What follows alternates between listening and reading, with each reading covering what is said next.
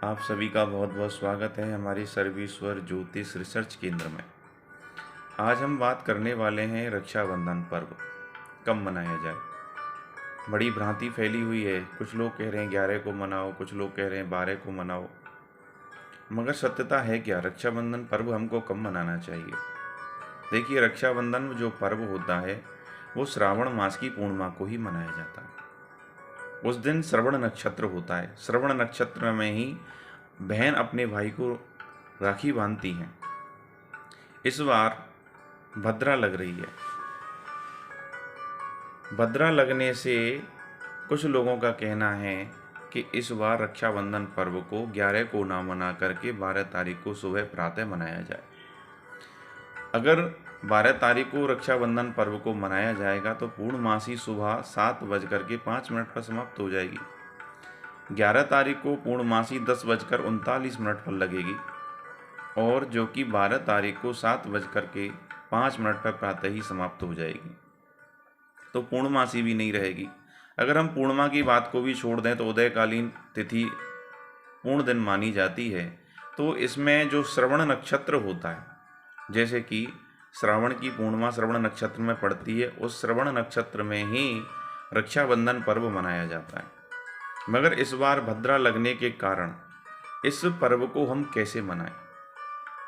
भद्रा की बात को यदि हम स्पष्ट करें तो देखिए, भद्रा का जो वास होता है वो स्वर्ग में होता है, पाताल में होता है और भूलोक पे यानी कि पृथ्वी पे होता है। ऐसे भद्रा के वास होते हैं। तो इस बार भद्रा का वास पाताल लोक में है।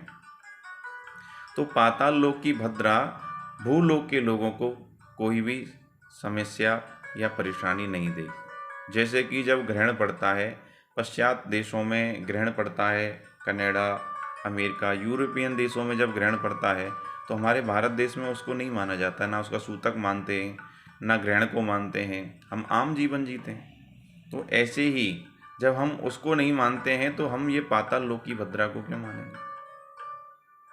पाताल लोक की भद्रा पाताल लोक के जीवों के लिए ही दुखदाई होगी, ना कि भूलोक के लोगों के लिए दुखदाई होगी। तो भद्रा की बात स्पष्ट है कि ये पाताल लोक की भद्रा है। इस बार हम भूलोक पे रहते हैं, मृत्यु लोक में रहते हैं, इसलिए हमें इस भद्रा का कोई दोष नहीं लगेगा। दूसरी बात, जो पूर्णिमा तिथि प्रारंभ होगी वो 10:39 से प्रारंभ हो जाएगी। इसमें भी कई शुभ योग पड़ रहे हैं। देखिए, रवि योग भी पड़ रहा है, आयुष्मान योग भी पड़ रहा है, ऐसे ऐसे शुभ योग पड़ रहे हैं। आयुष्मान योग तो बहुत अच्छा योग है और ये तो 10 तारीख को ही प्रारंभ हो जाएगा 7:35 तक। 7:35 पर आयुष्मान योग 10 तारीख को ही प्रारंभ हो रहा है और ये 11 तारीख को शाम के 3:31 तक चलेगा। आयुष्मान योग हो गया। और इसमें भी 12:24 से 3 शुभ चौघड़ियाँ पड़ेंगी। चर की पड़ेगी, लाभ की पड़ेगी और अमृत की चौघड़ियाँ रहेगी। ये 3 चौघड़ियाँ रहेंगी। मुहूर्त चिंतामणि में ये बताया गया है, जब हमें कोई मुहूर्त नहीं मिल रहा है और हमें कोई शुभ काम करना है तो हमें चौघड़िया में कर लेना चाहिए। चौघड़िया 1-1.5 घंटे का मुहूर्त होता है, इसको बोलते हैं चौघड़िया मुहूर्त। पूरा मुहूर्त 1 घंटे का होता है। ये तो जब बताया गया है जब कोई भी मुहूर्त ना मिले, सारा दिन भी अशुभ है, तिथि भी अशुभ है, सब कुछ अशुभ ही अशुभ है और हमारे पास भी कोई शुभ समय नहीं है, तो उसमें हमें चौघड़िया में मुहूर्त देख करके, अच्छी चौघड़ियाँ देख करके ही हमें अपना कार्य कर लेना चाहिए। तो इस बार भद्रा तो लग रही है मगर पाताल लोक की, उसका तो हमें कोई दोष लगेगा भी नहीं। अगर रक्षाबंधन पर्व की बात की जाए तो आप सब लोग 11 तारीख को ही रक्षाबंधन पर्व मनाएं, क्योंकि श्रवण नक्षत्र में ही रक्षाबंधन पर्व मनाना चाहिए और श्रवण नक्षत्र 11 तारीख को ही है और 7:05 तक ही रहेगा। इसलिए आप पूरा 11 तारीख को ही रक्षाबंधन पर्व को मनाएं। 12:24 से